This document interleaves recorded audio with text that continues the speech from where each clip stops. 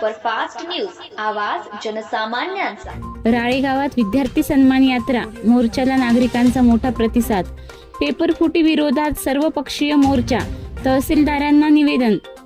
पेपरफुटी थांबवावी आणि विद्यार्थ्यांच्या भविष्यासाठी न्याय मिळावा या मागणीसाठी आज दिनांक 23 जुलै 2026 गुरुवार रोजी राळेगाव तालुक्यात विद्यार्थी सन्मान यात्रा मोर्चाचे आयोजन करण्यात आले। या मोर्चात मोठ्या संख्येने नागरिक, विद्यार्थी आणि पालक सहभागी झाले होते। कोणासाठी मोर्चा? हा मोर्चा सोनम वांगचुक व अभिजित दिपके यांच्या समर्थनार्थ काढण्यात आला।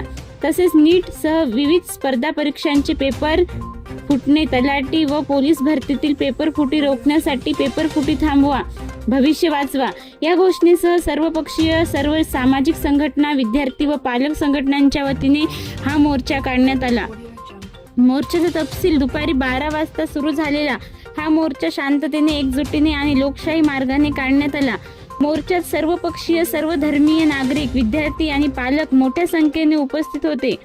मोर्चानंतर सर्वपक्षीय नेते, सामाजिक संघटना, विद्यार्थी आणि पालकांनी तहसीलदारांना भेटून निवेदन दिले।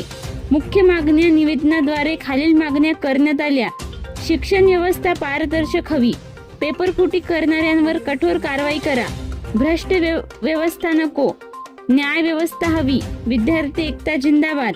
आयोजकांनी सांगितले की हा मोर्चा केवळ पेपरफुटी विरोधात नसून विद्यार्थ्यांच्या हक्कांसाठी आणि स्वच्छ पारदर्शक शिक्षण व्यवस्थेसाठी आहे। महाराष्ट्र सुपरफास्ट न्यूजसाठी बंडू भारसकरे, राळेगाव।